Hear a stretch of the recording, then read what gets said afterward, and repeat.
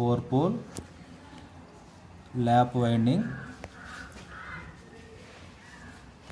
Single phase మోటార్లో 24 slots ఉన్నాయి.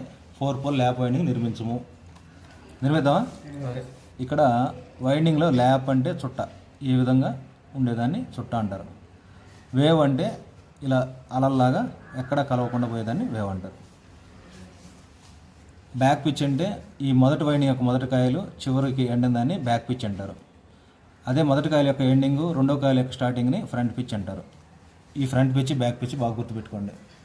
Clear? ఇప్పుడు YB = ఫార్ములా ఏంటంటే number of slots by number of poles. Slots ఎన్ని,